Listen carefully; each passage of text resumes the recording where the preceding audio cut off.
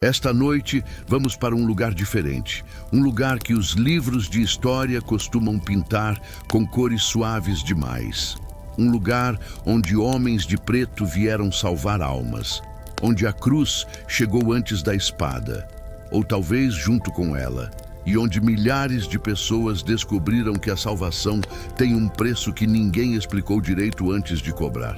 Você está numa redução jesuítica, em algum lugar entre o que hoje seria o Rio Grande do Sul, o Paraguai e a Argentina, num ano qualquer entre 1630 e 1750. E você é um Guarani que foi convencido, ou forçado, ou simplesmente não teve escolha, a abandonar a floresta onde seu povo vivia há gerações para viver sob a proteção dos padres, sob a orientação dos padres, sob o controle absoluto dos padres que vieram de tão longe para te ensinar a ser humano de um jeito diferente do jeito que você sempre foi humano. Se você gosta de viajar assim, pela história que não te contaram direito, se inscreve no canal, mas só se quiser, deixa um like se lembrar quando acordar amanhã e me conta nos comentários de que cidade você está ouvindo isso, porque sempre fico curioso para saber quem está acordado comigo nessa madrugada ou quem está quase dormindo, que é o objetivo. Agora fecha os olhos, respira fundo e vamos começar. Você acorda com o sino. Não é um sino distante e poético como nos filmes. Não é um chamado suave que te convida gentilmente a começar o dia. É um bronze pesado batendo contra bronze pesado bem no centro da aldeia.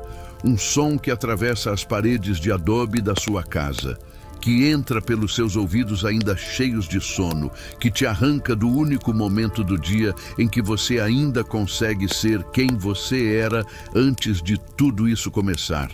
Porque nos sonhos você ainda corre pela mata, ainda caça, ainda fala sua língua sem medo. Ainda é livre de um jeito que seu corpo acordado já quase esqueceu. O sino não para, porque o sino nunca para, até que todos estejam de pé. Até que todas as famílias da redução tenham saído de suas casas alinhadas em fileiras perfeitas.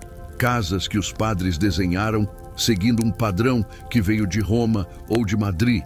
Casas que não se parecem em nada com as ocas onde você cresceu, onde todos dormiam juntos ao redor do fogo, onde as redes balançavam suavemente e as histórias dos velhos te embalavam até o sono, onde o tempo não era dividido em pedaços rígidos, marcados pelo bronze que agora não te deixa em paz.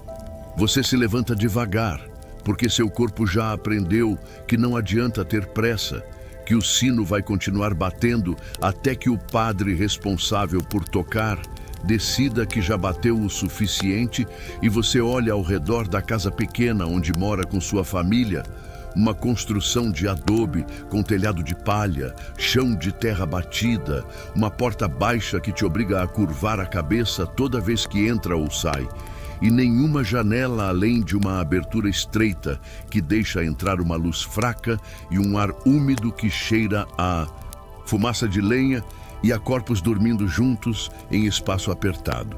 Sua esposa já está acordada, porque as mulheres sempre acordam primeiro. Porque os filhos precisam ser alimentados antes de tudo, porque a rotina do aldeamento não espera por ninguém, e os padres anotam quem chega atrasado à missa da manhã, anotam tudo na verdade, anotam quem faltou, quem bocejou durante o sermão, quem foi visto conversando em Guarani quando deveria estar praticando as palavras em português que os padres insistem que vocês aprendam, anotam quem olhou para o lado errado na hora, errada. Anotam comportamentos que vocês nem sabiam que eram comportamentos. Lá fora, o céu ainda está escuro nessa época do ano, porque estamos no inverno do sul. Um frio úmido que entra pelos ossos de um jeito diferente do calor da floresta onde você nasceu. E você veste a roupa que os padres distribuem, um tecido de algodão grosso que todos usam igual. Homens e mulheres e crianças. Todos vestidos da mesma forma, porque os padres acreditam que a uniformidade aproxima de Deus. Ou talvez porque é mais fácil controlar pessoas que parecem todas iguais, que se movem todas iguais, que falam todas igual, que rezam todas igual, que já quase esqueceram que um dia foram diferentes. Você sai para o ar frio da manhã e se junta ao fluxo de pessoas caminhando em direção à igreja que fica no centro de tudo. Porque a igreja sempre fica no centro de tudo. Porque os padres construíram essas reduções de um jeito que a igreja seja a primeira coisa que você vê quando acorda e a última coisa que você vê antes de dormir. Uma construção enorme de pedra e adobe que levou anos para ficar pronta. Anos de trabalho dos seus irmãos e primos e tios, carregando pedras enormes de lugares distantes, misturando barro, erguendo paredes que são mais altas do que qualquer árvore que você já escalou na floresta, que cada dia parece mais longe. A igreja é bonita. Você tem que admitir isso mesmo sem querer. Porque os padres trouxeram artistas da Europa para ensinar a pintar e a esculpir. E agora as paredes internas brilham com imagens de santos que você não conhecia há 5 anos. Anjos de pele branca e olhos azuis. Um homem pregado numa cruz, com sangue escorrendo de feridas que os padres dizem que ele recebeu por sua culpa. Por culpa de todos vocês. Por pecados que vocês nem sabiam que estavam cometendo quando viviam livres na mata.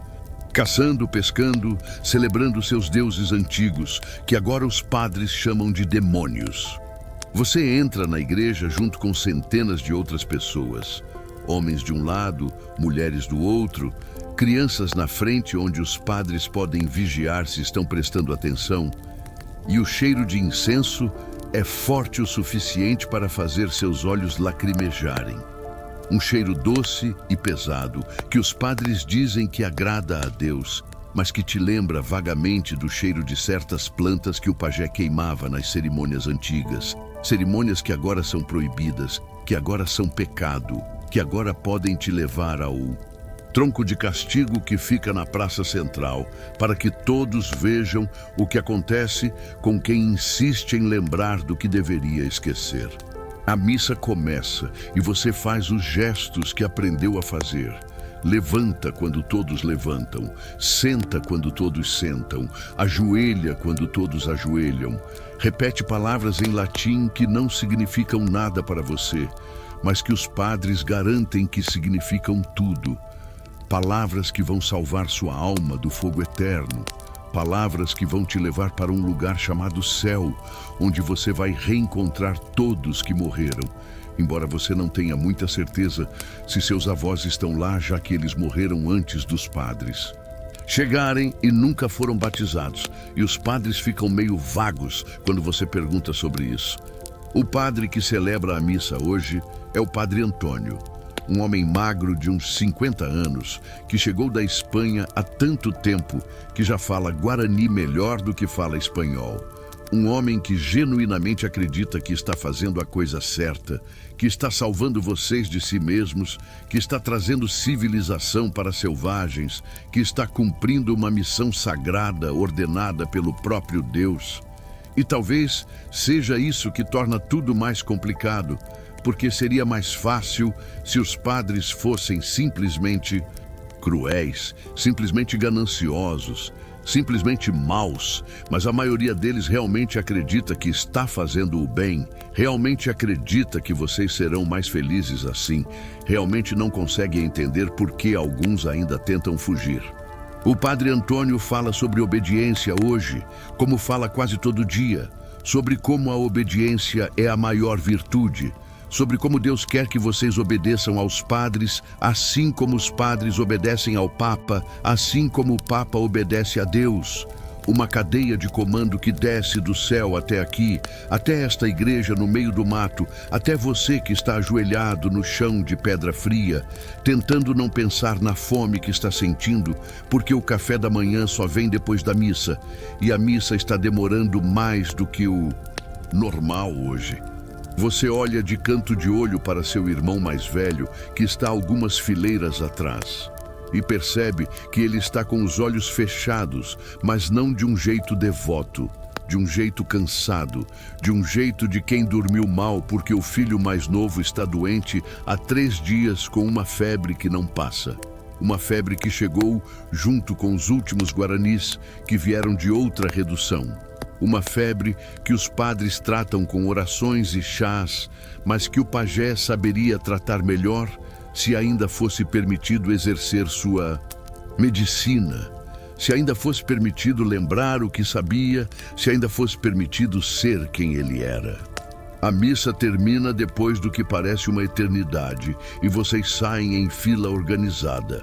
Homens primeiro, depois mulheres, depois crianças, tudo em ordem, tudo controlado, tudo anotado pelos olhos dos padres que ficam na porta observando cada rosto, verificando quem veio e quem não veio, quem parecia devoto e quem parecia distraído, quem murmurou as respostas certas e quem ficou em silêncio, e você se pergunta às vezes se Deus realmente se importa com essas coisas ou se é só os padres que se importam.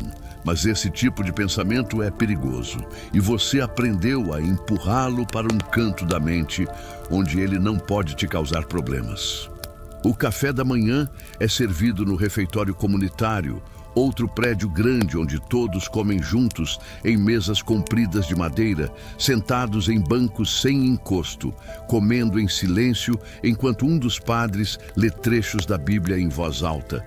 Histórias de um deserto distante, de um povo escolhido, de milagres e pragas, de um homem que andou sobre as águas e transformou água em vinho. Histórias que você ouviu tantas vezes que já quase acredita que aconteceram aqui, nesta terra, com gente como você. Embora os personagens todos tenham nomes estranhos e vivam em lugares que você não consegue imaginar. A comida é simples e sempre a mesma. Uma papa de milho, que os padres chamam de polenta, um pedaço de carne seca quando tem carne seca, feijão cozido com pouco sal porque sal é caro e vem de longe, água de um poço que os padres mandaram cavar no centro da aldeia. E você come tudo sem reclamar porque aprendeu que reclamar não muda nada e só atrai atenção. E atenção aqui raramente é uma coisa boa. Atenção significa que alguém está observando, alguém está anotando, alguém está decidindo se você é um bom cristão ou um índio teimoso que ainda não aceitou completamente a salvação que estão tentando enfiar na sua garganta junto com a polenta sem gosto. Depois do café da manhã, vem o trabalho. E o trabalho aqui não é muito diferente do trabalho que você fazia na floresta, exceto que agora alguém te diz exatamente o que fazer, e quando fazer, e como fazer. Alguém te observa enquanto você faz. Alguém anota se você está fazendo direito ou errado. Alguém decide se você merece a comida que vai receber no almoço ou se precisa de um lembrete sobre a importância do esforço. Hoje você vai trabalhar na roça, nos campos de milho e mandioca que ficam além das últimas casas da redução, campos que foram abertos na floresta que um dia era sua casa, árvores derrubadas e queimadas para dar lugar a fileiras organizadas de plantas que crescem em terra que ainda guarda as cinzas dos seus ancestrais. E você caminha até lá, junto com outros homens da sua idade, em silêncio porque conversar durante o trabalho é desencorajado. Em fila, porque andar em fila é o jeito certo de andar. Em ordem, porque a ordem é próxima de Deus. A enxada que você usa é de ferro, um material que seu povo não conhecia antes dos europeus chegarem. Um material que é mais duro e mais eficiente que a pedra que vocês usavam antes. E os padres apresentam isso como prova de que a civilização deles é melhor, que as ferramentas deles são melhores, que tudo deles é melhor. E talvez seja verdade sobre as ferramentas, você pensa enquanto a enxada corta a terra com uma facilidade que suas antigas ferramentas de pedra nunca conseguiam. Mas você também pensa que de nada adianta uma ferramenta melhor se você não pode mais escolher quando usar, se você não pode mais decidir se quer trabalhar hoje ou descansar, se você não pode mais viver no ritmo que seu corpo pede. O sol vai subindo devagar no céu e o frio da manhã vai dando lugar a um calor úmido que faz você suar dentro da roupa de algodão grosso. Uma roupa que os padres insistem que vocês usem o tempo todo porque a nudez é pecado, porque mostrar o corpo é ofensa a Deus. Embora você tenha crescido vendo todos nus o tempo todo e nunca tenha pensado nisso como ofensa a coisa alguma, embora você às vezes sinta que a maior ofensa é essa roupa grudando na pele encharcada de suor enquanto você trabalha sob um sol que seus antepassados enfrentavam, livres e nus e felizes, de um jeito que você já não consegue lembrar direito. O trabalho continua pelo resto da manhã, enxada subindo e descendo, terra sendo revolvida, mato sendo arrancado, e você faz isso junto com outros 30 homens que também foram guaranis livres um dia, que também corriam pela mata, que também caçavam e pescavam e celebravam vitórias e choravam derrotas de um jeito que era deles, que era seu, que era de vocês. E agora vocês são isso. Fileiras de corpos fazendo movimentos repetitivos em silêncio, sem cantar as canções que acompanhavam o trabalho. Antigamente, sem contar histórias para passar o tempo, sem rir das piadas que seu tio fazia, porque o Padre Diego está sentado na sombra de uma árvore, observando e anotando e garantindo que o trabalho seja feito do jeito certo. Quando o sino toca de novo, marcando o meio do dia, vocês param e caminham de volta para a aldeia para o almoço. Outro momento de comer em silêncio enquanto alguém lê a Bíblia. Outro momento de sentar em bancos duros e mastigar comida sem gosto e fingir que está tudo bem, que isso é normal, que essa é a vida agora. E não adianta lembrar de outra, porque lembrar dói. E você aprendeu a evitar coisas que doem. Você aprendeu a não pensar muito, a não sentir muito, a simplesmente existir de um dia para o outro, esperando por algo que você nem sabe mais o que é. Depois do almoço tem catecismo, que é quando os padres juntam todos numa sala grande e ensinam sobre Deus, sobre Jesus, sobre Maria, sobre os santos, sobre o diabo, sobre o céu e o inferno, sobre pecados e virtudes, sobre tudo que você precisa acreditar para ser salvo, tudo que você precisa repetir até decorar, até virar automático, até substituir as histórias que seu avô contava sobre como o mundo foi criado, sobre os espíritos da floresta, sobre os heróis antigos do seu povo que fizeram coisas incríveis muito antes de qualquer europeu pisar nesta terra. O padre que ensina catecismo é jovem, chegou a menos de 1 ano, ainda está aprendendo guarani e fala com um sotaque estranho que às vezes faz as crianças rirem, embora riam baixinho porque rir alto é desrespeitoso, embora riam escondido porque o riso é uma coisa difícil de controlar completamente, uma coisa que insiste em escapar, mesmo quando tudo ao redor te diz que não há nada de que rir, que a vida é séria, que a salvação é séria, que você deveria estar prestando atenção em vez de pensando na floresta, na caça, na liberdade que você perdeu em troca de promessas sobre uma vida que vem depois dessa, uma vida eterna num lugar chamado céu que ninguém nunca viu, mas que os padres garantem que existe. Você repete as palavras que o padre manda repetir: Pai nosso que estais no céu, Ave Maria, cheia de graça, creio em Deus Pai Todo-Poderoso, palavras em português que arranham sua boca, acostumada com os sons suaves do Guarani, palavras que você decora sem entender completamente, palavras que supostamente vão te salvar de um fogo eterno que você também não entende completamente, um castigo por coisas que você também não entende completamente, uma religião inteira construída sobre medos e promessas, que vieram de um lugar tão distante que você não consegue nem imaginar. O catecismo termina e vem mais trabalho. Dessa vez nas oficinas onde os padres ensinam ofícios europeus, carpintaria e ferraria e tecelagem e escultura, ofícios que seu povo não tinha porque seu povo não precisava, porque seu povo vivia de um jeito diferente que funcionava há milhares de anos, até os europeus chegarem e decidirem que não funcionava, que era primitivo, que precisava ser substituído por esse jeito de viver que envolve muito mais trabalho e muito menos tempo livre e uma quantidade impressionante de regras sobre coisas que você nem sabia que precisavam de regras.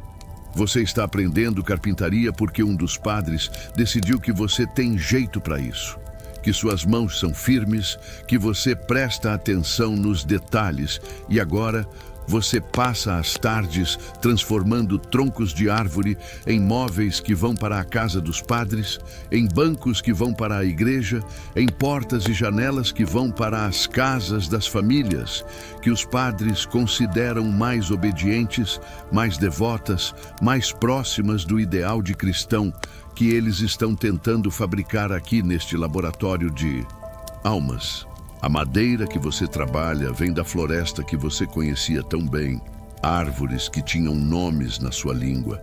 Árvores que seu avô te ensinou a reconhecer pelo cheiro, pela textura, pela cor. Árvores que eram sagradas para seu povo e que agora são apenas matéria-prima, apenas recursos, apenas coisas a serem cortadas e transformadas em outras coisas que servem aos propósitos dos padres.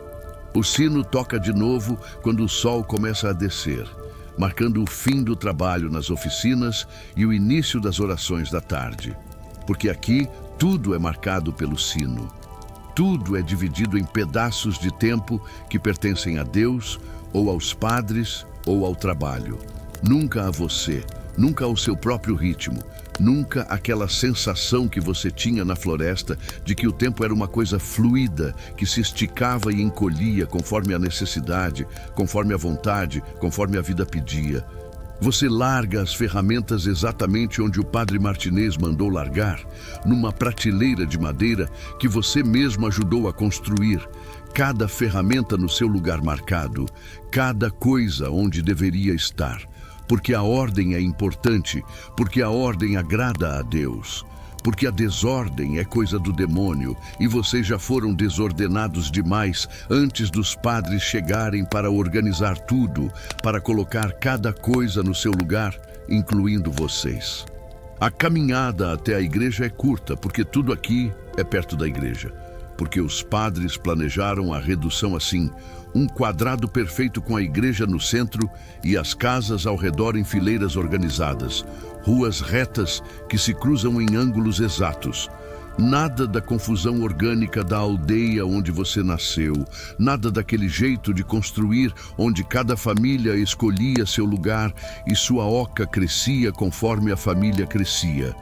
Onde nada era reto porque a natureza não é reta e vocês eram parte da natureza de um jeito que já não são mais. Dentro da igreja o ar está mais fresco porque as paredes grossas de pedra guardam o frescor da noite anterior e você se ajoelha no mesmo lugar de sempre, terceira fileira do lado esquerdo, porque cada um tem seu lugar e mudar de lugar é desrespeitoso, é desordem. É sinal de que você ainda não entendeu como as coisas funcionam aqui e você já entendeu faz tempo, já entendeu que a vida agora é essa sequência de lugares certos e momentos certos e palavras certas que você repete sem pensar muito, porque pensar muito é perigoso. As orações da tarde são mais curtas que a missa da manhã. Apenas o rosário rezado em conjunto, 50 Ave-Marias e alguns Pai Nossos entremeados. Vozes murmurando em uníssono enquanto os dedos passam pelas contas. Um ritual repetitivo que os padres dizem que acalma a alma e prepara para a noite. E talvez acalme mesmo, você pensa. Talvez haja algo nessa repetição infinita que funciona como uma espécie de sono acordado. Um jeito de desligar a mente e deixar o corpo fazer os movimentos sozinho. Enquanto você flutua em algum lugar entre o aqui e o lugar nenhum. Depois do rosário vem o jantar, a última refeição do dia. Novamente no refeitório, novamente em silêncio, novamente ouvindo trechos da Bíblia, lidos por um padre que pronuncia as palavras com uma solenidade que sugere que cada sílaba carrega o peso do universo. e você come a mesma polenta de milho, o mesmo feijão, a mesma carne seca quando tem carne seca, bebendo a mesma água do mesmo poço, sentado no mesmo banco, olhando para o mesmo ponto na parede onde uma rachadura forma um desenho que parece um pássaro se você olhar do jeito certo. Um pássaro que você imagina voando para fora daqui, para a floresta, para longe. A comida é suficiente para manter você vivo. Os padres se certificam disso porque índio morto não trabalha e não reza e não pode ser salvo. Mas não é a comida que você conhecia, não é a variedade infinita da floresta onde cada estação trazia frutas diferentes, caças diferentes, peixes diferentes, onde você comia mel silvestre e palmito e carne de anta e peixe assado na folha de bananeira, onde a comida era uma celebração e não apenas combustível para o próximo dia de trabalho e oração. Você sente falta do sabor das coisas, percebe enquanto mastiga a polenta sem gosto, sente falta de comida que tinha gosto de alguma coisa, que tinha história, que tinha nome, que sua avó preparava cantando canções que contavam de onde aquela comida vinha e por que era importante, e como seu povo aprendeu a prepará-la há gerações e gerações. Canções que agora são proibidas porque falam de deuses antigos, de espíritos da floresta, de coisas que os padres classificam como superstição quando são gentis e como obra do demônio quando não são. O jantar termina e há um breve momento de tempo livre antes do sino tocar para as orações da noite. Um momento em que vocês podem conversar baixinho nos bancos da praça central, sempre à vista da igreja, sempre sob os olhos de algum padre que passeia fingindo não estar vigiando. E você se senta perto do seu irmão mais velho e pergunta sobre o filho dele, o menino com febre. E seu irmão balança a cabeça devagar, de um jeito que diz mais do que palavras poderiam dizer. A febre não baixou. Seu irmão murmura em Guarani porque os padres estão longe o suficiente para não ouvir. E o padre Antônio deu mais chá de ervas e mais orações. Mas o menino está piorando, está ficando fraco, está começando a ter manchas na pele que seu irmão reconhece de outras vezes, de outras febres que chegaram de fora e levaram tantos, que chegaram com os europeus junto com a salvação e as ferramentas de ferro e as roupas de algodão, febres que seu povo não conhecia e contra as quais seu povo não tinha defesa. Você não sabe o que dizer porque não há nada a dizer. Porque vocês já viram isso antes, já viram febres assim chegarem e se espalharem e levarem um de cada 3, um de cada 2 às vezes. Crianças principalmente, velhos também, mas crianças principalmente, aqueles corpos pequenos, que ainda não tiveram tempo de ficar fortes, que ainda não tiveram tempo de desenvolver as defesas que os europeus desenvolveram ao longo de séculos, convivendo com essas doenças que para eles são inconvenientes, passageiros e para vocês são sentença de morte. Seu irmão olha para a igreja que se ergue contra o céu escurecendo e você sabe o que ele está pensando sem precisar perguntar. Ele está pensando no pajé que ainda vive na redução, mas que não pode mais praticar sua medicina, que não pode mais invocar os espíritos que talvez pudessem ajudar, que foi forçado a guardar seus conhecimentos num lugar tão fundo dentro de si que talvez já não consiga mais encontrá-los. E vocês dois sabem que ir até o pajé em segredo seria arriscar o tronco de castigo, seria arriscar o exemplo público, seria arriscar tudo. Mas vocês também sabem que as orações do Padre Antônio não estão funcionando e que o menino está morrendo. O sino toca para as orações da noite e vocês se levantam e caminham para a igreja, mais uma vez, a terceira vez hoje. E você se ajoelha no seu lugar de sempre e repete as palavras de sempre e faz os gestos de sempre enquanto pensa no seu sobrinho deitado na casa do seu irmão, queimando de febre. Enquanto pensa em quantos já morreram assim desde que os padres chegaram. Enquanto pensa que talvez a salvação que os padres prometem seja essa. Não a vida eterna no céu, mas a morte aqui na terra. A libertação final de um mundo que ficou complicado demais para entender. As orações terminam e o Padre Antônio abençoa todos e deseja boa noite.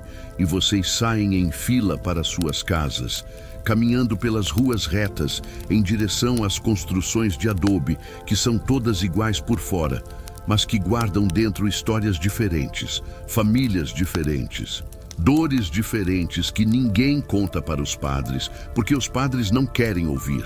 Porque os padres têm certeza de que estão fazendo a coisa certa. E a certeza é uma armadura que nenhuma história consegue penetrar. Você entra na sua casa e sua esposa já está deitada com as crianças.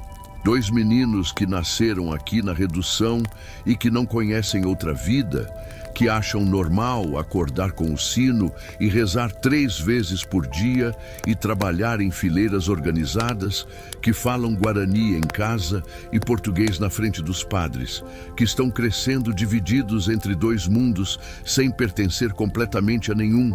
E você se deita ao lado deles no escuro que cheira a fumaça e a suor e a algo que você não sabe nomear, mas que talvez seja saudade. O sono demora a chegar porque o sono sempre demora a chegar agora.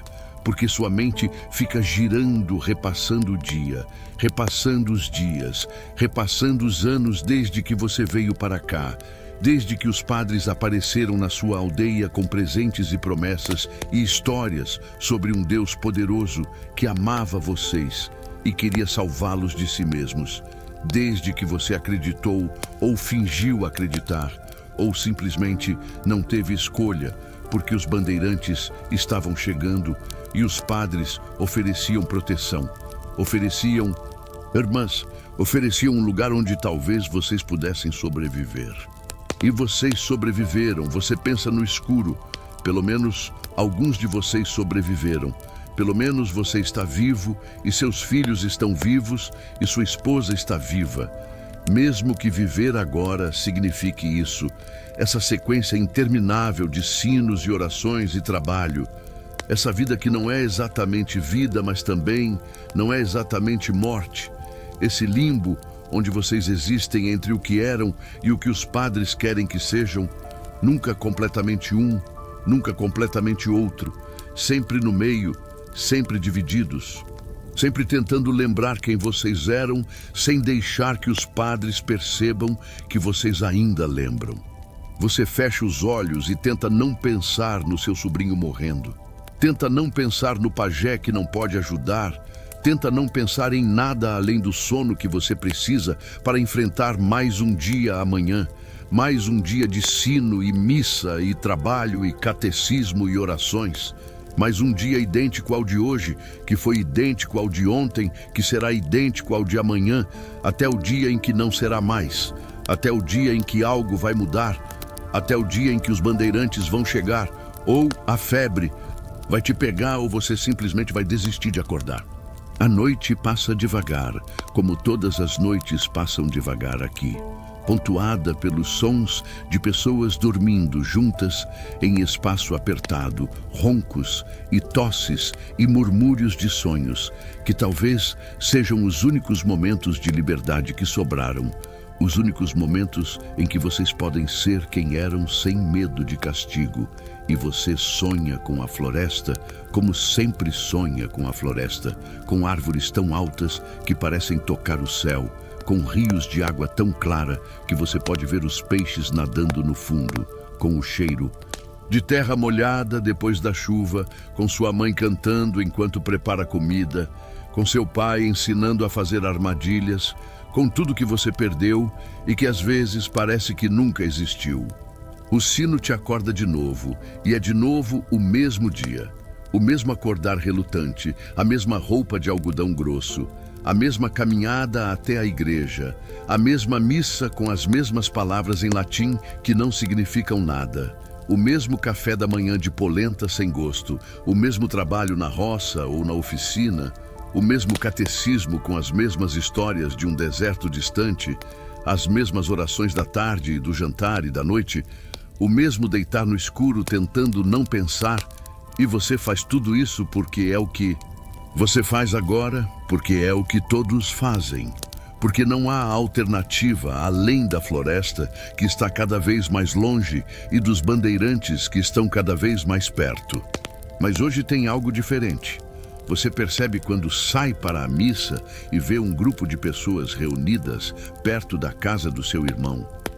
Pessoas em silêncio, com os rostos voltados para baixo. Pessoas que você conhece há anos e cujas expressões você aprendeu a ler. E você sabe antes de chegar perto, sabe antes de alguém dizer qualquer coisa. Sabe pelo jeito como sua cunhada está sentada na porta, com os olhos vazios de quem já chorou tudo que tinha para chorar.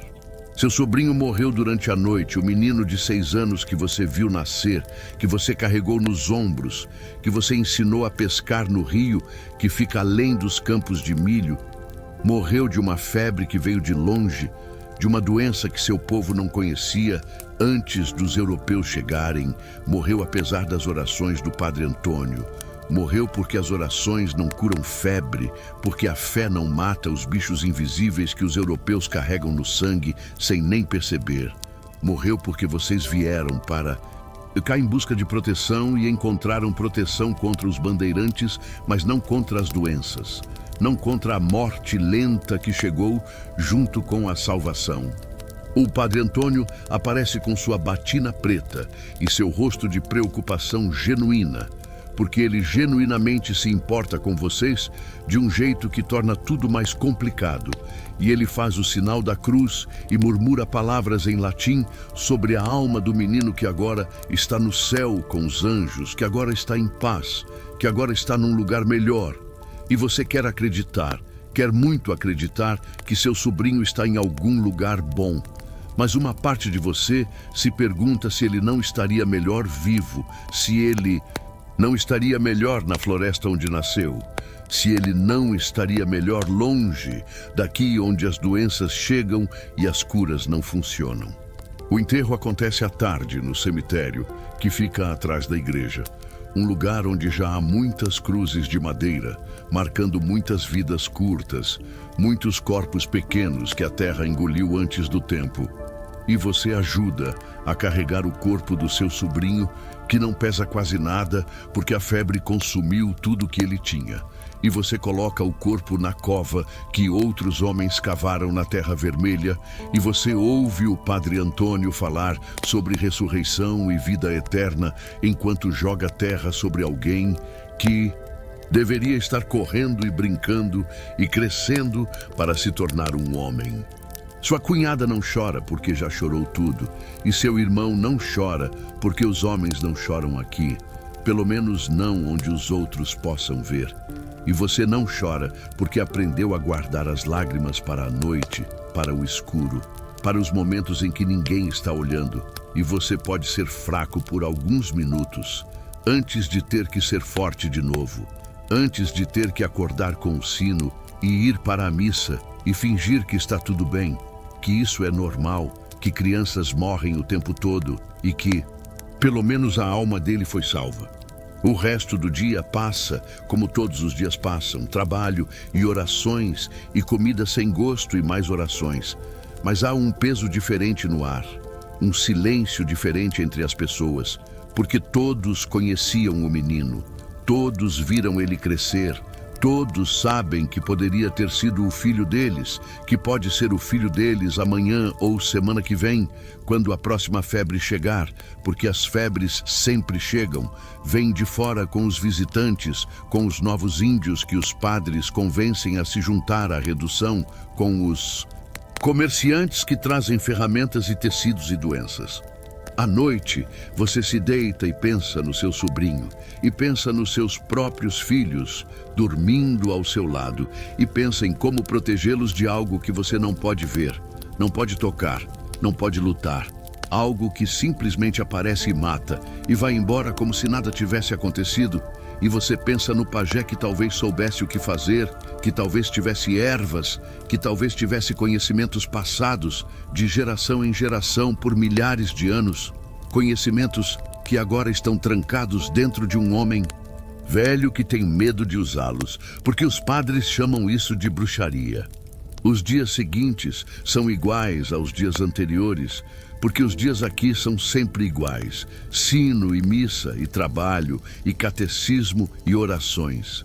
A rotina que não para por nada, que não para por morte, que não para por luto, que continua implacável como se nada tivesse acontecido, e talvez seja isso que os padres querem. Você pensa, talvez a rotina seja um jeito de não pensar, de não sentir, de simplesmente existir de um momento para o outro, sem espaço para dor ou dúvida, ou qualquer coisa que não seja a próxima tarefa, a próxima oração, o próximo sino. Seu irmão volta ao trabalho no dia seguinte ao enterro, porque não há escolha, porque quem não trabalha não come, porque os padres anotam ausências, e ausências precisam de justificativa, e a morte de um filho aparentemente não é justificativa suficiente para mais de um dia de luto.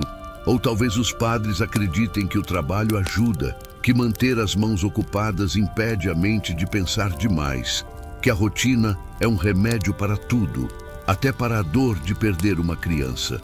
Você trabalha ao lado do seu irmão na roça e nenhum dos dois fala porque não há nada a dizer, porque as palavras não mudam nada, porque o menino continua morto e vocês continuam vivos e a vida continua acontecendo ao redor de vocês, como se a ausência de uma criança não deixasse um buraco no mundo, como se o universo não se importasse, como se Deus não se importasse, embora os padres garantam que Deus se importa muito, que Deus levou o menino porque o amava, que Deus tem planos misteriosos que vocês não podem entender, mas devem aceitar. A enxada sobe e desce, e a terra vermelha se abre, e o sol queima, e o suor escorre, e você faz os movimentos que aprendeu a fazer sem pensar, deixando o corpo trabalhar enquanto a mente vagueia por lugares que não existem mais, por uma floresta que talvez só exista na memória agora, por uma vida que você viveu há tanto tempo que às vezes parece que foi outra pessoa. Alguém que você conheceu uma vez e depois perdeu de vista. As semanas passam como as semanas sempre passam aqui, marcadas pelos sinos e pelas missas e pelas estações que mudam devagar, o frio do inverno dando lugar a uma primavera úmida que faz a terra cheirar a coisa viva, que faz as plantas nos campos crescerem mais rápido, que faz o trabalho aumentar, porque há mais para plantar, mais para colher, mais para fazer antes que o verão chegue com seu calor sufocante e suas chuvas torrenciais que transformam as ruas de terra em rios de lama. A rotina se estabeleceu de um jeito que você nem percebe mais. Seu corpo acorda antes do sino porque aprendeu a antecipar. Suas pernas caminham para a igreja sem que você precise pensar. Suas mãos fazem os gestos da oração enquanto sua mente flutua em algum lugar entre o aqui e o longe, entre o presente e o passado, entre quem você é e quem você era. E às vezes você se pergunta se isso é o que os padres chamam de paz. Essa ausência de pensamento, essa rendição completa à rotina, esse deixar de lutar contra a corrente e simplesmente flutuar. Mas a paz não dura, a paz nunca dura, porque sempre há algo para perturbar a superfície calma das águas. Sempre há uma pedra caindo de algum lugar para criar ondas que se espalham e batem nas margens e lembram vocês de que nada aqui é realmente estável. Nada aqui é realmente seguro. Por mais que os padres tentem convencer vocês do contrário, por mais que as paredes de pedra da igreja pareçam eternas. Hoje a pedra que cai é uma notícia que chega com um comerciante que veio de São Paulo, um homem de pele queimada pelo sol e olhos que já viram coisas demais. Um homem que fala português com sotaque carregado e que traz ferramentas de ferro e tecidos e sal e algo mais. Algo que faz os padres se reunirem às pressas na sacristia com as portas fechadas. Algo que faz o padre Antônio sair de lá com o rosto mais pálido do que o normal. Os bandeirantes estão se organizando de novo. Você descobre depois, quando as notícias vazam, como sempre vazam, numa comunidade onde todos vivem tão perto, os bandeirantes de São Paulo estão juntando homens e armas e índios aliados para mais uma expedição, mais uma entrada no mato em busca de índios para escravizar. E desta vez, os rumores dizem que eles estão vindo para cá, para as reduções do sul, porque as reduções têm o que eles querem. Milhares de índios já pacificados, já acostumados ao trabalho, já domesticados pelos padres, prontos para serem levados e vendidos sem o trabalho de ter que caçá-los na floresta. O medo se espalha pela redução como fogo em capim seco, passando de boca em boca, de casa em casa, de olhar em olhar. Um medo que você conhece bem, porque foi esse medo que te trouxe para cá em primeiro lugar. Foi fugindo dos bandeirantes que você aceitou a proteção dos padres. Foi escolhendo entre males que você decidiu que a redução era melhor do que a escravidão. Embora às vezes você se pergunte se a diferença é tão grande assim, se trocar um senhor por outro realmente conta como liberdade. O padre Antônio convoca uma reunião na Praça Central, algo que raramente acontece fora dos horários normais. Algo que faz todos pararem o que estão fazendo e se juntarem em silêncio para ouvir o que o padre tem a dizer. E você fica de pé, entre seu irmão e seu cunhado, esperando palavras que possam explicar o que está acontecendo, esperando instruções sobre o que fazer, esperando que alguém diga que vai ficar tudo bem, mesmo que vocês saibam que provavelmente não vai. O padre Antônio fala em Guarani porque quer que todos entendam. Fala sobre os bandeirantes que estão vindo. Fala sobre o perigo que se aproxima. Fala sobre como as reduções já foram atacadas antes e como algumas foram destruídas completamente. Homens mortos, mulheres e crianças levadas para serem vendidas em São Paulo, anos de trabalho dos padres reduzidos a cinzas e ruínas. E ele fala também sobre como desta vez vai ser diferente, porque desta vez vocês vão estar preparados, porque desta vez vocês têm armas e sabem usá-las, porque Deus está do lado de vocês e Deus sempre vence no final. As armas de que o padre fala são arcabuzes e mosquetes que os jesuítas conseguiram permissão especial para ter. Armas de fogo que normalmente índios não podem possuir. Armas que os padres esconderam num depósito atrás da igreja e que agora vão ser distribuídas para os homens que sabem usá-las. E você é um desses homens, porque os padres te ensinaram a atirar anos atrás, quando a ameaça dos bandeirantes era apenas uma possibilidade distante, quando aprender a usar um arcabuz parecia mais um exercício teórico do que uma preparação para a guerra. Os dias seguintes são diferentes de todos os dias anteriores. A rotina quebrada pela necessidade de preparar a defesa. O trabalho nos campos substituído pelo trabalho nas muralhas que vocês começam a construir ao redor da redução. Paredes de terra e madeira que não vão parar um exército determinado, mas que talvez atrasem o suficiente, que talvez deem tempo para as mulheres e crianças fugirem para a floresta, que talvez façam os bandeirantes pensar 2 vezes antes de atacar.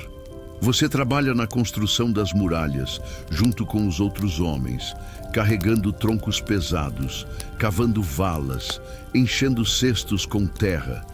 E há algo quase libertador nesse trabalho diferente. Algo que te lembra de quando você era livre e o trabalho era feito em comunidade para o bem de todos. Não porque um padre mandou, mas porque fazia sentido, porque era necessário, porque proteger a aldeia era responsabilidade de todos e motivo de orgulho, não de obrigação. O padre Antônio treina vocês à tarde, ensinando formações militares que ele leu em livros europeus, ensinando como carregar e disparar os arcabuzes em sequência para manter um fogo constante, ensinando como usar lanças e arcos para quando a pólvora acabar. E você aprende tudo isso com uma atenção que não tinha no catecismo, uma atenção que vem do medo e da vontade de sobreviver. Uma atenção que os padres gostariam que você tivesse quando eles falam de Deus, mas que você só consegue ter quando falam de vida e morte. À noite vocês ainda rezam, porque os padres insistem que a oração é a melhor arma, que Deus vai proteger os fiéis, que a fé move montanhas e certamente pode derrotar bandeirantes. Mas as orações agora têm um tom diferente, uma urgência que não tinha antes.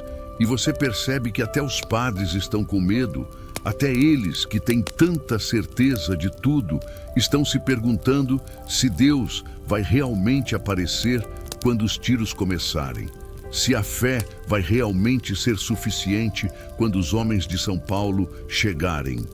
Com suas armas e sua ganância, e sua certeza de que índio não é gente e pode ser caçado como animal. Seu irmão está mais vivo do que você viu em semanas, talvez meses. O luto pelo filho morto, substituído por algo parecido com propósito, uma razão para acordar que vai além de simplesmente seguir a rotina, uma causa pela qual lutar, e você entende isso porque sente algo parecido, uma energia que tinha esquecido que existia, um lembrete de que você ainda é capaz de sentir algo além de resignação, ainda é capaz de querer algo além de apenas sobreviver mais um dia. As notícias continuam chegando com os comerciantes e os índios que fogem de aldeias mais ao norte. Notícias de que os bandeirantes já estão em movimento, já cruzaram rios, já destruíram reduções menores pelo caminho. E cada notícia traz números que crescem. 200 homens, 500 homens, 1000 homens, um exército de paulistas e seus aliados índios. Tupis, principalmente, que há muito tempo escolheram o lado dos portugueses e que caçam outros índios com uma eficiência que os europeus, sozinhos, nunca teriam. A espera é pior do que você imaginava. Os dias se arrastando enquanto vocês trabalham e treinam e rezam e esperam. Cada barulho na floresta fazendo vocês pegarem as armas. Cada pássaro voando assustado, fazendo vocês olharem para o horizonte. E o medo vai se transformando em algo diferente conforme os dias passam. Algo que parece mais com impaciência, uma vontade de que aconteça logo o que vai acontecer. Uma certeza de que a espera está te corroendo por dentro de um jeito que a batalha, talvez, não corroa. Os padres mandam batedores para a floresta, homens que conhecem o mato e que podem ir e voltar sem serem vistos, homens que seu povo sempre teve e que agora são úteis de um jeito que os padres finalmente reconhecem. E os batedores voltam com notícias cada vez mais urgentes. Os bandeirantes estão a 3 dias de distância, a 2 dias, a 1 dia, e você verifica seu arcabuz pela 100ª vez. Conta sua pólvora pela 100ª vez. Tenta dormir sabendo que talvez seja a última noite. Mas a última noite passa e o ataque não vem. E a próxima noite também passa. E a próxima. E os batedores dizem que os bandeirantes pararam, acamparam a meio-dia de marcha daqui, estão esperando algo. Talvez reforços, talvez informações, talvez coragem. E a espera continua se arrastando como uma ferida que não cicatriza, como uma dor que não passa, como um sino que não para de tocar chamando para uma missa que nunca termina. O padre Antônio decide que não vão esperar mais, que a melhor defesa é o ataque, que vocês vão surpreender os bandeirantes em seu acampamento antes que eles possam se organizar. E você não sabe se isso é coragem ou desespero ou simplesmente uma incapacidade de continuar esperando. Mas você concorda porque todos concordam, porque há algo sedutor na ideia de agir, de fazer alguma coisa, de não ser apenas presa esperando o caçador. Vocês partem antes do amanhecer, 200 homens armados com arcabuzes e lanças e arcos, guiados pelos batedores que conhecem cada árvore e cada rio, caminhando em silêncio pela floresta que você não pisava há anos, a floresta que você sonhava toda noite e que agora parece diferente, menor talvez, ou talvez você que ficou maior, ou talvez nada disso importe porque vocês não estão aqui para matar saudades, estão aqui para matar homens.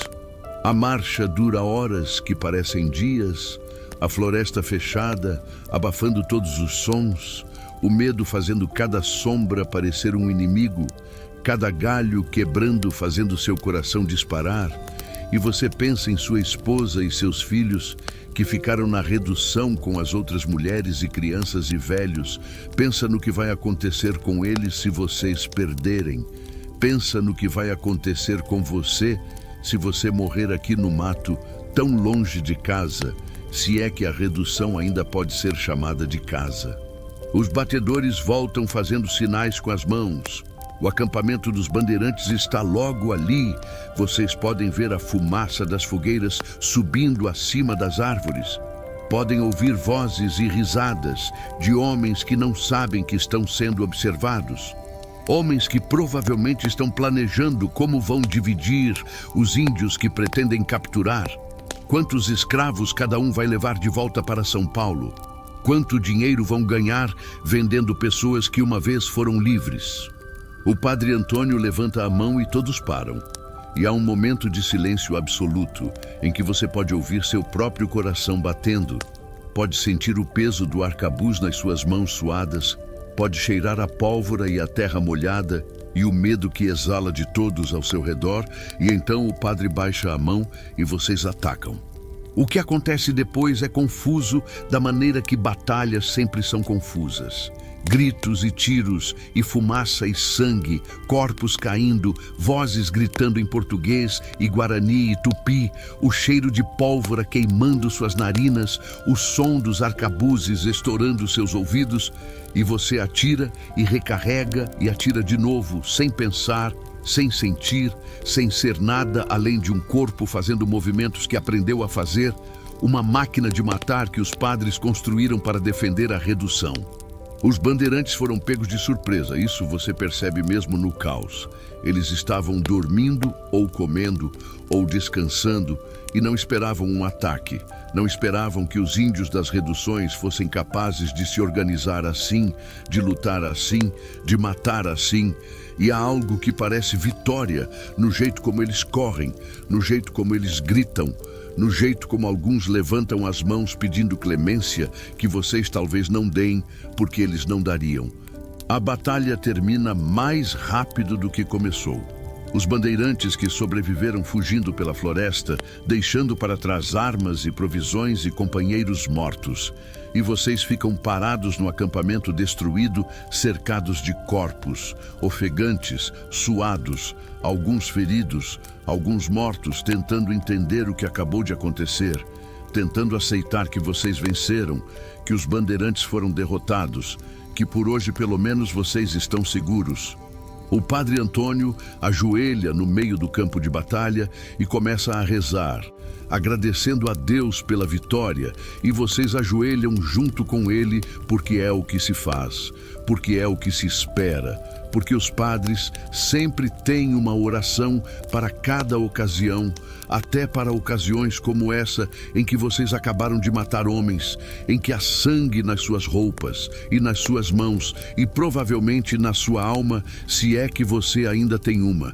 A volta para a redução é mais leve do que a ida.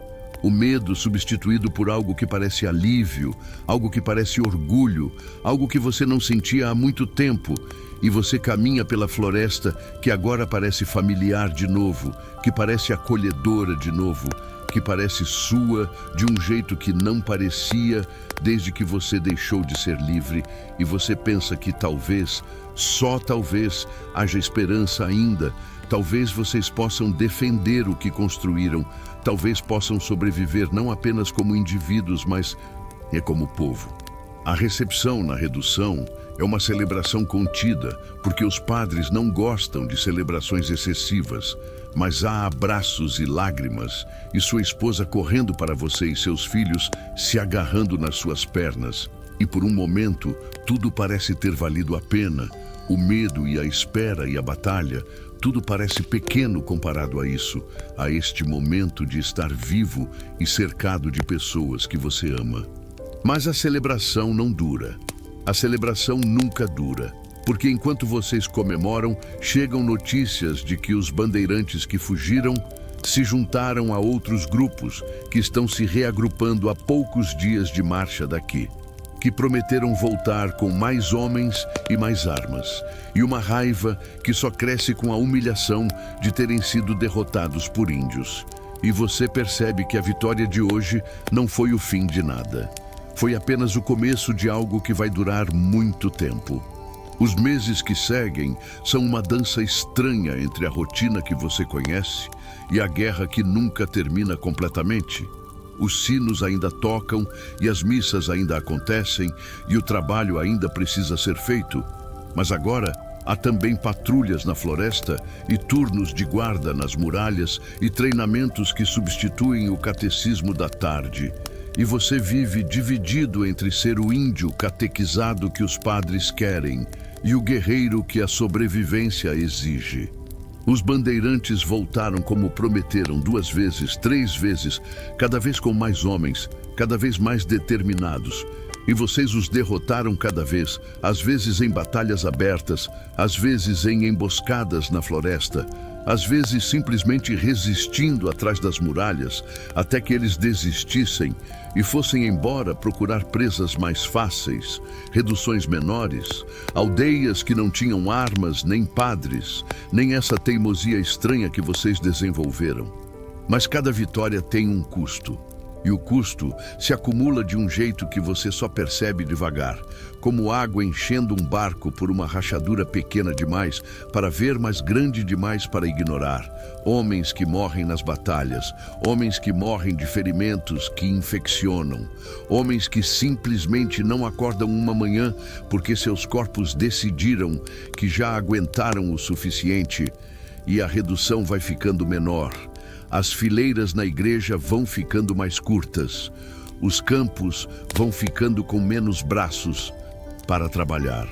A febre volta também, porque a febre sempre volta, trazida talvez pelos bandeirantes, ou pelos comerciantes, ou pelo vento que sopra do norte, e desta vez ela é pior do que você lembrava.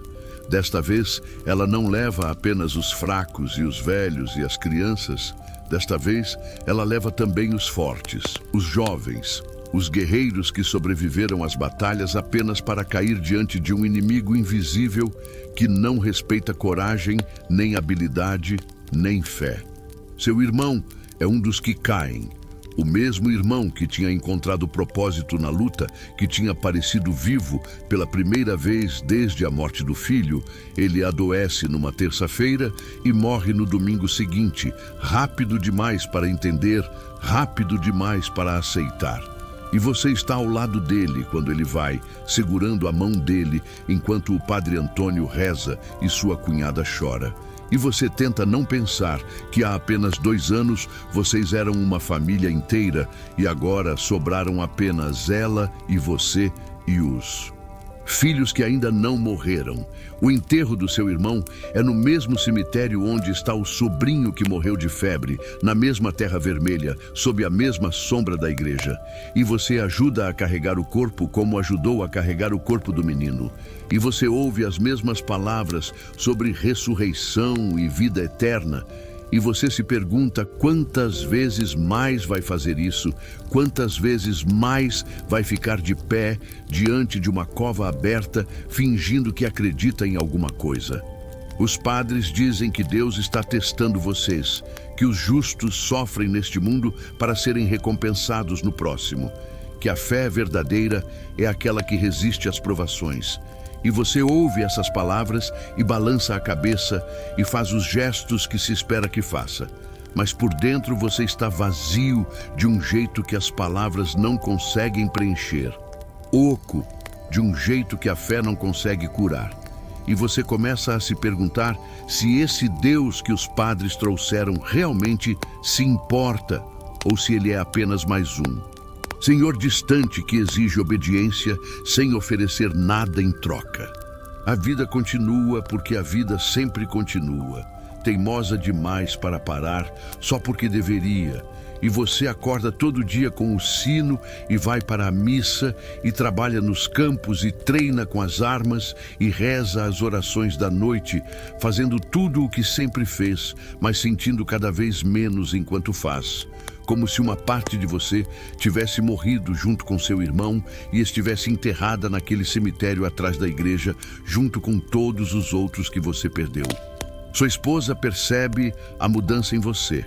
Ela sempre percebe tudo. e ela tenta te alcançar de noite, quando as crianças estão dormindo. Ela fala em guarani baixinho, como vocês sempre falam quando estão sozinhos. Ela conta histórias da floresta que vocês dois conheciam. Ela canta canções que a mãe dela cantava, canções que são proibidas, mas que ela não consegue esquecer. E às vezes isso ajuda, às vezes você consegue sentir alguma coisa além do vazio. Mas na manhã seguinte, o sino toca e tudo volta a ser cinza. A redução está mudando também. Você percebe isso gradualmente, como percebe todas as mudanças aqui, devagar e de um jeito que é difícil de apontar exatamente quando começou. Há menos gente e mais trabalho, e os padres estão mais tensos do que costumavam ser. Há rumores de que as autoridades em Madrid estão reconsiderando o apoio às missões, de que há gente poderosa que quer acabar com isso tudo, que quer entregar os índios aos colonos, que acha que os jesuítas têm poder demais e riqueza demais e que é hora de mudar. Os padres não falam sobre isso nas missas ou nos sermões, mas vocês ouvem fragmentos de conversas, vocês veem as cartas que chegam e os rostos preocupados dos padres quando saem das reuniões. Vocês sabem que algo está acontecendo, algo maior do que os bandeirantes, algo que vem de longe, de lugares que vocês não conhecem, de pessoas que nunca viram vocês, mas que mesmo assim têm o poder de decidir o que vai acontecer com suas vidas. O padre Antônio chama uma reunião e pela primeira vez ele parece velho de um jeito que não parecia antes, cansado de um jeito que vai além do cansaço físico. E ele explica que a situação está difícil, que os inimigos dos jesuítas estão ganhando força, que pode ser que em alguns anos as missões sejam fechadas, que pode ser que vocês tenham que escolher entre se dispersar pela floresta ou aceitar viver sob o controle dos colonos. E ele diz isso com uma tristeza que parece genuína, como se ele realmente se importasse, como se a ideia de perder vocês o machucasse de verdade. Você não sabe o que sentir diante dessa notícia.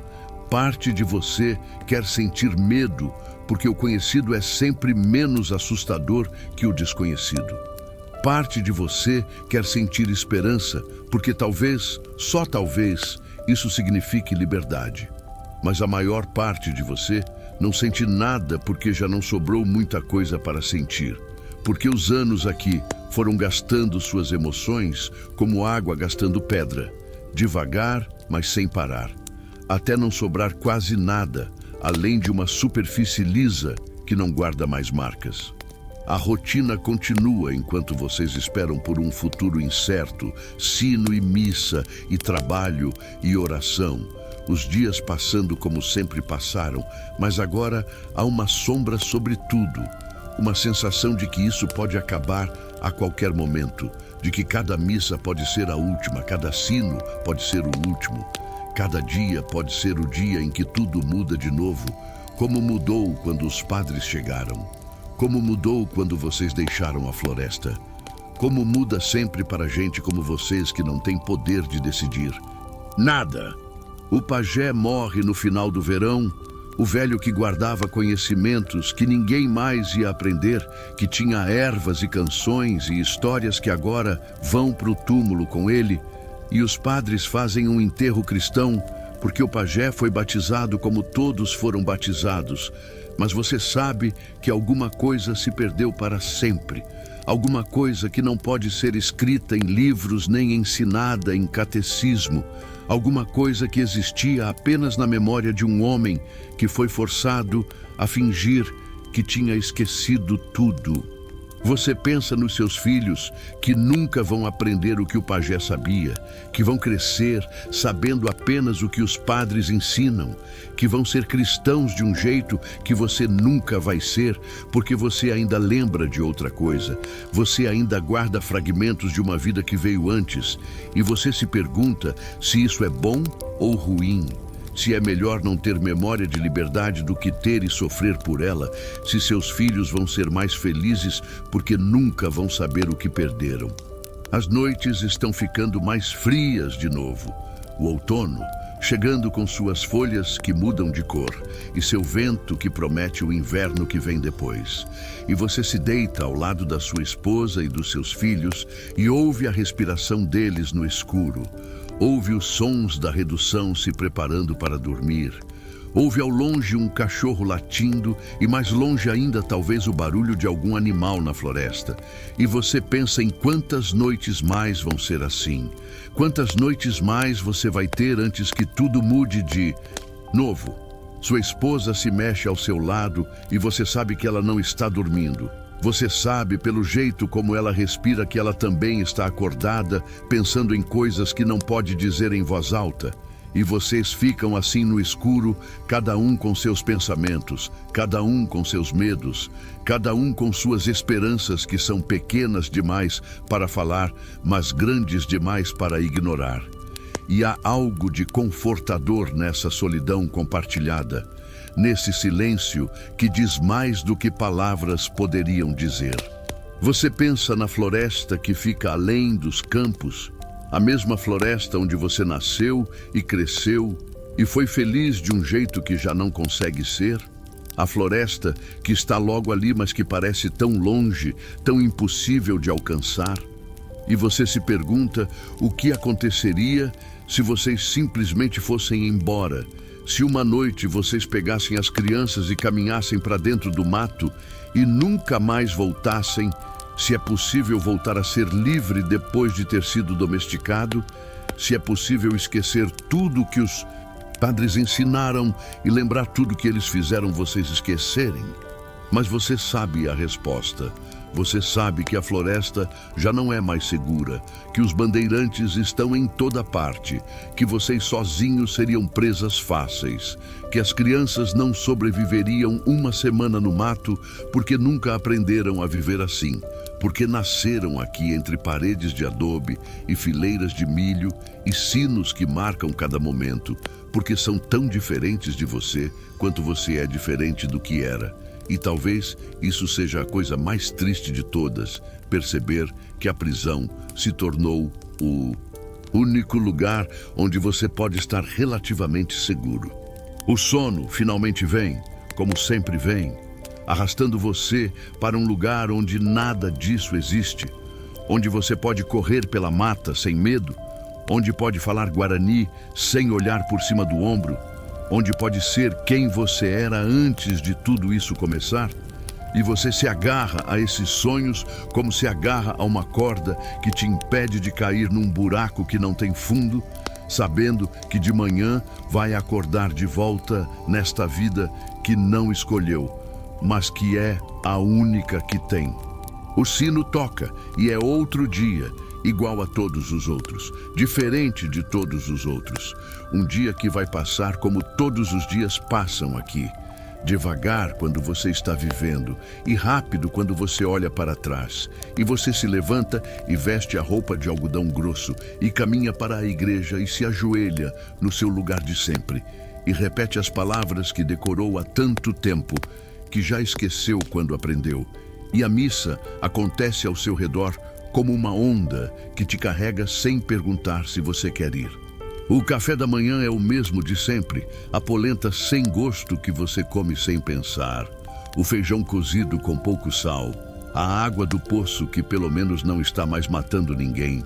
E você senta no seu lugar de sempre e mastiga no ritmo de sempre, enquanto um padre lê a Bíblia em voz de sempre.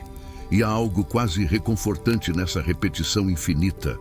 Algo que te permite desligar a mente e deixar o corpo fazer o que sabe fazer. Algo que talvez seja o mais perto de paz que você vai chegar nesta vida. O trabalho hoje é na oficina de carpintaria, o mesmo trabalho que você faz há anos, transformando árvores em móveis, transformando floresta em civilização, e suas mãos se movem com uma habilidade que nem você sabia que tinha, moldando a madeira em formas que os padres desenham, criando coisas que vão durar mais do que você. Coisas que talvez ainda estejam aqui quando você já estiver enterrado no cemitério atrás da igreja, junto com seu irmão e seu sobrinho e todos os outros que vieram antes e que vão vir depois. O madeira cheira bem sob suas mãos, um cheiro de coisa viva que está morrendo para se tornar outra coisa. E você pensa em como isso é parecido com o que aconteceu com vocês. Como vocês eram uma coisa e foram cortados e lixados e moldados para se tornarem outra. Como vocês ainda guardam a memória do que eram, mas já não são mais aquilo. Já não podem mais voltar a ser. Já são móveis quando eram árvores. Já são cristãos quando eram guaranis. Já são domesticados quando eram livres. O dia passa como os dias passam. Trabalho e catecismo e orações. E quando a noite chega, você está cansado de um jeito que vai além do físico, cansado de existir, cansado de continuar, cansado de acordar todo dia para fazer tudo de novo. E você se deita ao lado da sua família e fecha os olhos e espera pelo sono, que é a única fuga que sobrou, a única liberdade que ninguém pode tirar. A única coisa que ainda é completamente sua neste mundo onde nada mais é. A primavera chega trazendo flores que brotam nos campos e pássaros que voltam de onde quer que tenham ido, e uma notícia que muda tudo mais uma vez. Os bandeirantes estão vindo de novo, mas desta vez são diferentes. Desta vez são mais. Desta vez trazem canhões que os padres dizem que podem derrubar muralhas. Desta vez vem com a bênção do governador de São Paulo, que finalmente perdeu a paciência com essas reduções que protegem índios que deveriam estar trabalhando nas fazendas dos colonos. O padre Antônio convoca reuniões todos os dias agora. O rosto dele mais magro e mais pálido a cada semana que passa.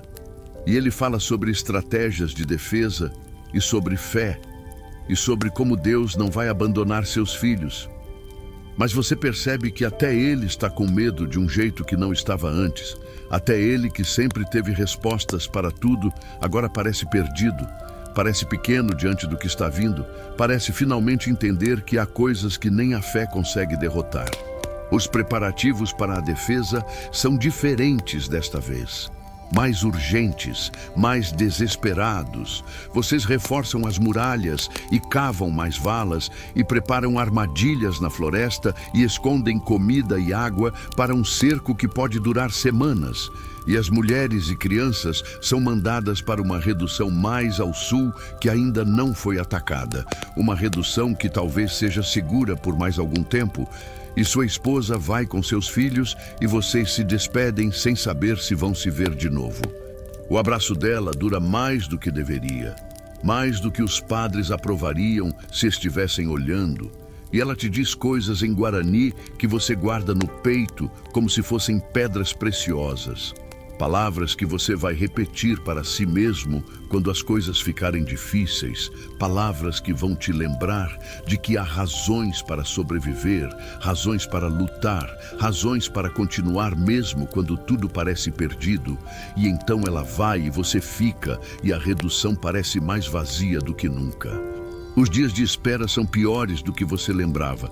Cada som fazendo seu coração acelerar. Cada sombra parecendo um inimigo. E vocês se revezam nas muralhas, olhando para a floresta que não revela nada, olhando para o horizonte que permanece vazio. E a espera vai corroendo vocês por dentro como ferrugem corrói ferro, devagar, mas sem parar, transformando homens corajosos em sombras nervosas que pulam com o menor barulho. O ataque vem numa manhã de neblina, a floresta de repente vomitando homens que surgem como fantasmas no vapor branco, gritos e tiros e o som terrível dos canhões que os padres tinham razão em temer. Um som que faz a terra tremer sob seus pés, que faz as muralhas estremecerem, que faz você entender que desta vez é diferente, desta vez pode ser o fim, desta vez vocês podem realmente perder tudo. A batalha dura horas, que parecem dias, vocês atirando de trás das muralhas, enquanto os canhões abrem buracos cada vez maiores, vocês recuando quando as muralhas caem e lutando nas ruas da redução que vocês construíram com as próprias mãos. Vocês defendendo cada casa, cada esquina, cada pedaço de terra que significa alguma coisa. E os corpos vão se acumulando dos dois lados. sangue manchando as ruas de terra que você varria toda semana. O Padre Antônio luta junto com vocês o que você nunca esperou ver. O velho padre com um arcabuz nas mãos, atirando nos bandeirantes com uma raiva que parece ir contra tudo que ele pregou sobre perdão e amor ao próximo. E há algo quase libertador em ver um padre matar, em ver que até eles podem ser reduzidos a isso, a essa violência primitiva que os europeus diziam que era coisa de selvagem, mas que aparentemente é coisa de todo mundo quando a sobrevivência está em jogo. A noite cai e a luta continua na escuridão. Tochas iluminando cenas de horror que você preferia não ver. Homens morrendo de jeitos que você não sabia que era possível morrer. Gritos que não parecem humanos. Cheiros que você sabe que vai lembrar para sempre mesmo que queira esquecer. E você continua lutando porque não há outra escolha. Porque parar significa morrer. Porque o instinto de sobrevivência é mais forte do que qualquer coisa que os padres ensinaram sobre aceitar a vontade de Deus.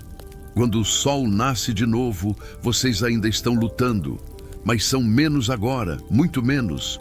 Os homens ao seu redor caindo um por um, e você percebe em algum momento que está recuando em direção à igreja no centro da praça, que a redução toda já foi tomada, exceto esse último pedaço de terra consagrada onde vocês se refugiaram, onde vocês vão fazer a última defesa, onde vocês provavelmente vão morrer, mas pelo menos vão morrer lutando. O Padre Antônio está ferido, um tiro no ombro que ele ignora, como se não sentisse dor.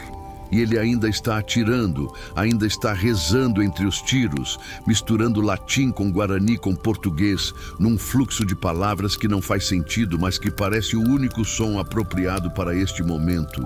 O único som que captura a loucura do que está acontecendo. A mistura impossível de fé e violência que sempre foi o coração desta experiência. Os bandeirantes oferecem rendição, uma voz gritando de fora da igreja que vocês podem se entregar e serão poupados, que os padres podem ir embora e os índios vão ser levados, mas vão estar vivos.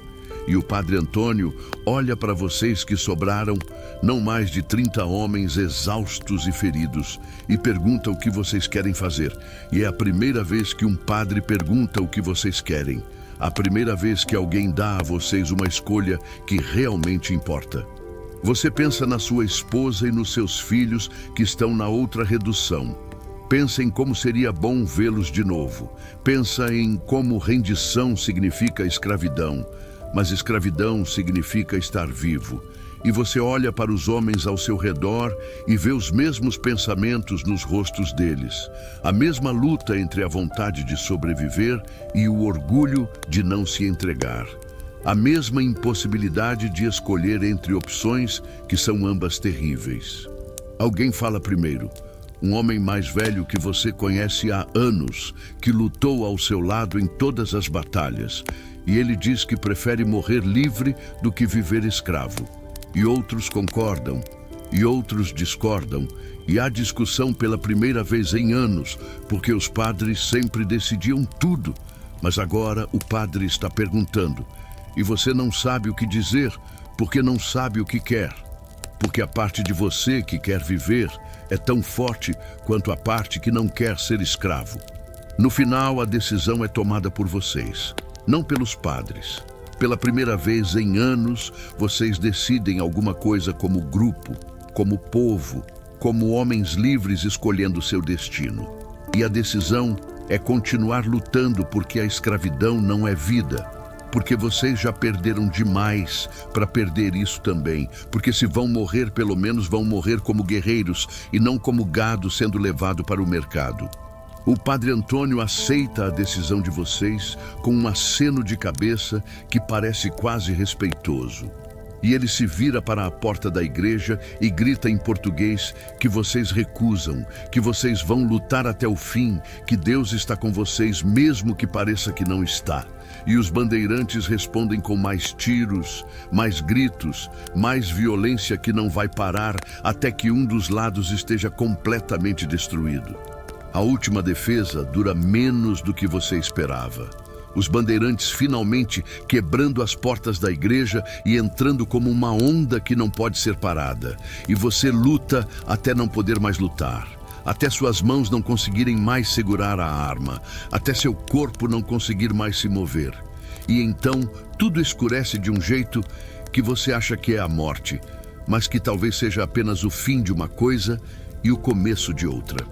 Você acorda e está vivo, o que é uma surpresa, e está amarrado, o que não é uma surpresa, e está cercado de outros sobreviventes que também estão amarrados, homens que você conhece e alguns que não conhece, rostos cobertos de sangue e suor e expressões que parecem vazias de tudo que um dia foi humano nelas.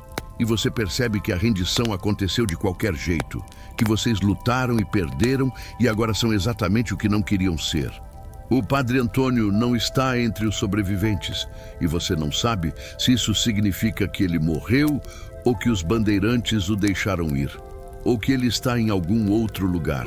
E parte de você quer perguntar, mas a maior parte de você não se importa mais. Não consegue se importar com mais nada além do fato de que você está vivo e amarrado e sendo levado para algum lugar que não pode ser bom, para um futuro que não pode ser melhor do que o passado que você odiava, mas que agora parece quase desejável. Os bandeirantes os arrastam pela redução destruída e você vê o que sobrou de anos de trabalho, casas queimadas, corpos no chão, a igreja com buracos nas paredes, tudo que vocês construíram reduzido a ruínas em menos de 2 dias. E você pensa em como é fácil destruir e como é difícil construir, em como uma vida inteira pode ser desfeita em horas, em como nada é permanente, nem as muralhas, nem as igrejas, nem as promessas dos padres sobre proteção divina. A marcha começa e vocês são levados pela floresta como gado, amarrados uns aos outros numa fila que serpenteia entre as árvores. E é irônico de um jeito que você não consegue apreciar que a floresta que você sonhava em voltar agora é o caminho para a escravidão, que as árvores que você amava são testemunhas silenciosas da sua derrota, que tudo que era bom na sua memória agora está manchado por isso, por essa caminhada forçada em direção a um destino que você não quer conhecer. Os dias se misturam enquanto vocês caminham, sol e chuva, e frio e calor, os pés sangrando, as cordas cortando os pulsos, a comida insuficiente, a água quando os bandeirantes decidem dar, e homens vão morrendo pelo caminho, caindo e não se levantando, sendo deixados para trás, como coisas que quebraram e não valem mais a pena carregar. E você continua andando porque parar significa morrer, e você ainda não está pronto para morrer. Ainda há alguma coisa te puxando para frente, mesmo que você não saiba mais o que é. Você pensa na sua esposa e nos seus filhos na redução do sul, pensa se eles estão seguros, pensa se vão ouvir o que aconteceu, pensa se vão te esperar ou se vão assumir que você morreu, pensa em todas as coisas que você queria ter dito e não disse, todas as vezes que poderia ter abraçado e não abraçou.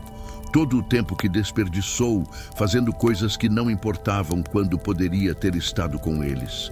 E a dor disso é pior do que a dor dos pés sangrando, pior do que a fome, pior do que qualquer coisa física.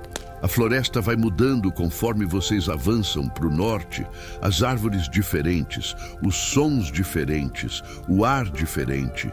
E você vai se afastando cada vez mais de tudo que conhece, de tudo que era seu, até que nada ao redor parece familiar, até que você poderia estar em outro mundo, em outro tempo, em outro lugar que não tem nenhuma conexão com quem você era ou com quem você pensava que seria. A chegada a São Paulo é uma coisa que você não consegue descrever mesmo para si mesmo. Uma cidade que parece impossível para alguém que passou a vida entre a floresta e a redução. Casas de pedra e adobe empilhadas umas nas outras, ruas cheias de gente que olha para vocês com curiosidade ou indiferença ou satisfação, dependendo de quem são. cheiros de comida e esgoto e animais e pessoas misturados num ar que parece mais pesado do que qualquer ar que você já respirou. Vocês são levados para um lugar que chamam de mercado, mas que é na verdade um curral, um espaço cercado onde índios capturados são mantidos até serem vendidos. E há outros ali quando vocês chegam, homens e mulheres e crianças de tribos que você não conhece, rostos que falam de jornadas tão longas e tão terríveis quanto a sua, olhos que já pararam de procurar saída porque não há saída. Apenas espera pelo que vem depois. Você fica nesse curral por dias, que se arrastam como meses, dormindo no chão de terra, comendo o que jogam para vocês como se fossem animais, fazendo suas necessidades num canto que ninguém limpa. E aos poucos a pessoa que você era vai se dissolvendo, vai se tornando apenas um corpo que existe, que respira, que espera, que já não pensa muito porque pensar dói demais e não muda nada. Os compradores vêm e examinam vocês como examinariam cavalos ou bois, apertando músculos, olhando dentes, fazendo vocês andarem de um lado para o outro para ver se mancam, perguntando de onde vieram e o que sabem fazer.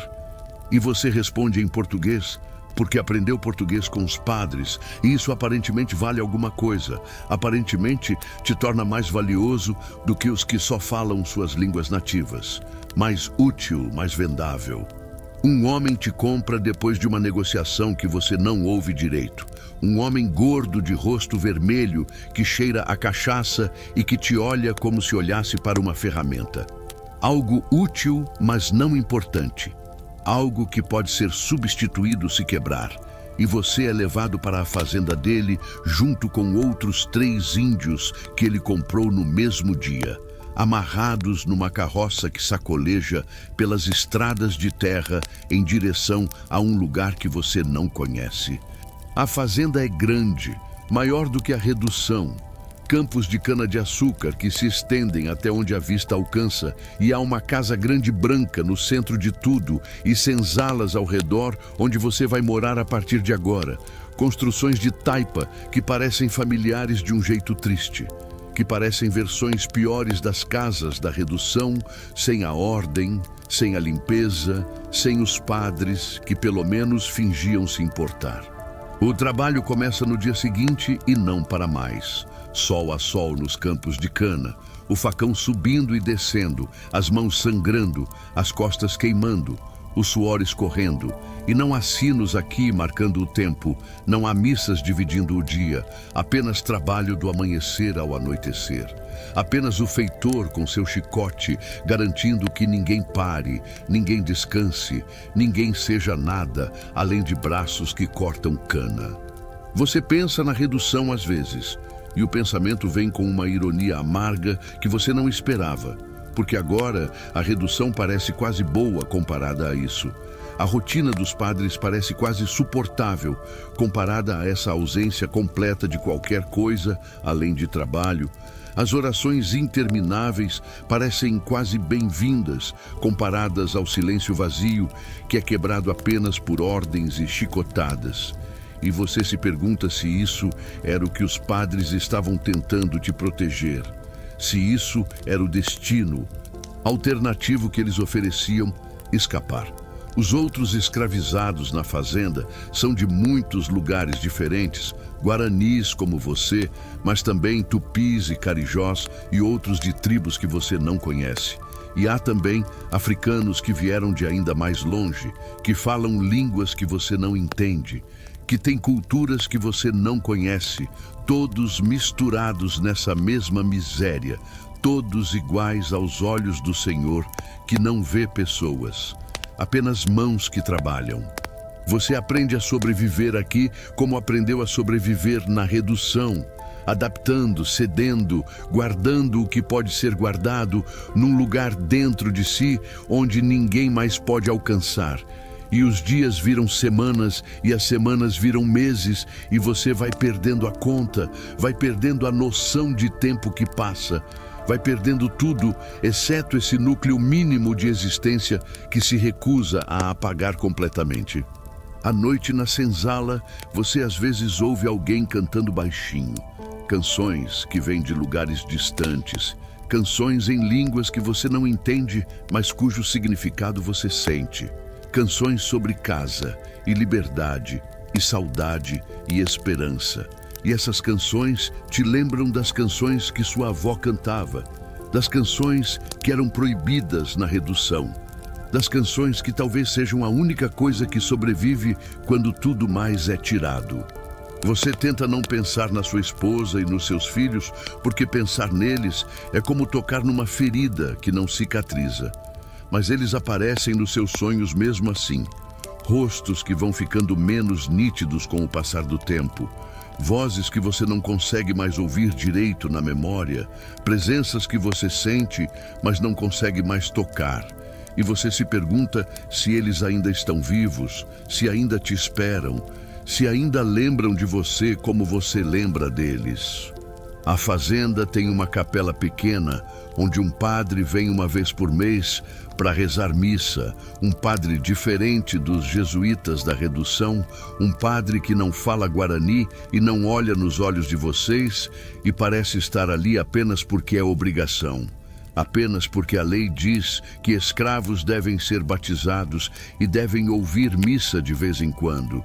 E você assiste essas missas de pé no fundo da capela e as palavras em latim que uma vez você repetiu sem entender, agora são apenas sons vazios, apenas ruído que não significa mais nada. Os anos passam de um jeito que você não consegue acompanhar, as estações girando, os campos de cana crescendo e sendo cortados e crescendo de novo, seu corpo envelhecendo de um jeito acelerado que o trabalho causa. E você vai se tornando um dos velhos da senzala, um dos que já viram tudo, um dos que os mais novos às vezes procuram para ouvir histórias de como era antes, de como eram as reduções, de como era a floresta, de como era ser livre. Você conta essas histórias às vezes, em guarani para os que entendem, em português para os que não entendem, histórias sobre a floresta onde você nasceu, e sobre a redução onde você viveu, e sobre a batalha onde você perdeu. E enquanto conta, você percebe que está passando adiante alguma coisa que talvez seja a única coisa que ainda importa. Uma memória, um fio que conecta o que foi com o que é. Uma prova de que você existiu de outros jeitos antes de existir assim. Os mais jovens ouvem com olhos que brilham de algo que pode ser curiosidade, ou pode ser esperança, ou pode ser apenas o reflexo do fogo que vocês acendem nos dias frios. E você vê neles algo de você quando era jovem, algo daquela pessoa que acordava com o sino e ia para a missa e sonhava com a floresta, algo que ainda não foi completamente esmagado pelo peso de tudo, algo que talvez nunca seja completamente esmagado, porque a alma humana é mais resistente do que parece.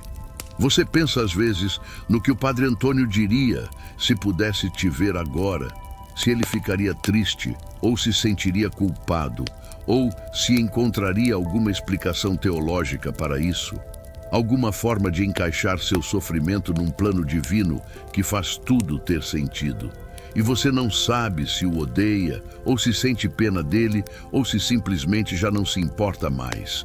Se já passou tanto tempo que até a raiva se dissolveu, deixando apenas uma aceitação cansada do que é. A noite cai sobre a fazenda, como cai todas as noites. O céu se enchendo de estrelas, que são as mesmas estrelas que brilhavam sobre a floresta onde você nasceu, e sobre a redução onde você viveu, e sobre a batalha onde você perdeu. As mesmas estrelas que vão continuar brilhando muito depois de você ter ido, indiferentes a tudo que acontece aqui embaixo, bonitas de um jeito que parece quase cruel quando você está tão longe de qualquer coisa bonita. Você se deita na esteira de palha que é sua cama e fecha os olhos e tenta encontrar o sono, que é a única fuga que ainda funciona. E aos poucos, o mundo vai se dissolvendo ao seu redor, os sons da senzala ficando distantes, o peso do corpo ficando leve, E você está flutuando em algum lugar entre o aqui e o longe, entre o agora e o antes, entre quem você é e quem você foi. E nos sonhos, você está de volta na floresta, correndo entre árvores que são mais altas do que qualquer árvore deveria ser. E o ar cheira a terra molhada e a flores que você conhecia os nomes. E você pode ouvir o rio não muito longe, a água correndo sobre pedras e há vozes chamando seu nome, vozes que você conhece, sua mãe e seu pai e seu irmão e seu avô, todos ali, todos esperando, todos sorrindo como se o tempo não tivesse passado, como se nada de ruim tivesse acontecido. E você corre em direção a eles, mais rápido do que jamais correu, e seus pés não tocam o chão. E você está voando quase, deslizando entre as árvores como um espírito, como uma memória, como algo que não tem peso, nem forma, nem limite. E as vozes estão mais perto agora, você quase consegue tocar, quase consegue alcançar, quase consegue voltar para onde tudo era simples e bom e certo. E então você acorda. Não com um sino desta vez, porque não há sinos aqui, mas com o galo cantando e o sol entrando pelas frestas da senzala, e o peso do seu corpo de volta, pesado como sempre, cansado como sempre, velho de um jeito que não deveria ser velho. E por um momento você fica parado, sentindo o que sobrou do sonho se dissolver como névoa na manhã, tentando segurar alguma coisa, qualquer coisa. Um fragmento, uma sensação, um cheiro. E então você se levanta porque é o que se faz. Porque o dia não espera, porque o trabalho não espera, porque a vida continua mesmo quando você queria que parasse. E você caminha para fora da senzala para mais um dia que vai ser igual a todos os outros. O facão na mão, o sol no rosto, a cana esperando para ser cortada. E você faz isso porque é o que você faz, porque é o que sobrou. Porque enquanto você estiver vivo, você vai continuar, teimoso como a erva daninha que cresce entre as pedras, frágil como a chama que o vento não consegue apagar. E em algum lugar, muito longe daqui, talvez seus filhos ainda estejam vivos, talvez sua esposa ainda esteja viva, talvez eles pensem em você às vezes como você pensa neles, talvez haja ainda algum fio invisível conectando vocês através de toda essa distância e todo esse tempo, um fio feito de amor, ou de memória, ou de teimosia, ou de todas essas coisas juntas, um fio que ninguém pode cortar, porque existe num lugar onde correntes e chicotes e donos não conseguem alcançar. E talvez seja isso que importa no final, não se você sobrevive ou não, não se você é livre ou escravo, não se você reza para o Deus dos padres ou para os espíritos da floresta. Mas se há alguém em algum lugar que lembra que você existiu, que guarda uma parte de você dentro de si, que vai passar adiante alguma coisa que veio de você, uma história, uma canção, um nome sussurrado no escuro da senzala para uma criança que vai crescer e vai contar para outra criança que vai crescer e vai contar para outra infinitamente, até que o fio se perca, ou o mundo acabe, ou algo finalmente mude. O sol está alto agora, e o feitor está gritando, e você levanta o facão e começa a cortar a cana, o movimento repetitivo que você conhece tão bem, o som do metal cortando os talos, o cheiro do açúcar que você nunca vai provar. E você faz isso em silêncio, porque o silêncio é mais seguro, em ritmo constante, porque o ritmo é mais fácil, em paz de um jeito estranho, porque a paz às vezes vem quando você para de lutar, quando você aceita o que é sem desistir do que foi, quando você existe no presente sem esquecer o passado. E a cana cai, e você avança, e o dia passa, e a noite vem, e você dorme, e sonha, e acorda, e faz tudo de novo, dia após dia, ano após ano, uma vida inteira comprimida nesse ciclo que não tem fim, e em algum momento, num dia que não é diferente de nenhum outro, seu corpo simplesmente vai parar, vai se deitar e não vai levantar, vai se juntar à terra que você trabalhou por tanto tempo, vai finalmente descansar de um jeito que o sono nunca deixou, e talvez isso seja a liberdade que você sempre procurou, talvez isso seja o fim que é também um começo, talvez isso seja apenas o que é, nada mais, nada menos. Boa noite, durma bem. E se você ainda estiver acordado, tudo bem também. O sono vem quando vem. E enquanto não vem, você está aqui, ouvindo esta história de alguém que viveu há muito tempo, em um lugar muito longe, numa época que já passou, mas que de algum jeito ainda está acontecendo, porque as histórias não morrem, porque as memórias não morrem, porque enquanto alguém lembrar, enquanto alguém contar, enquanto alguém ouvir no escuro da noite tentando dormir, nada realmente acaba. Tudo continua, de um jeito ou de outro, para sempre.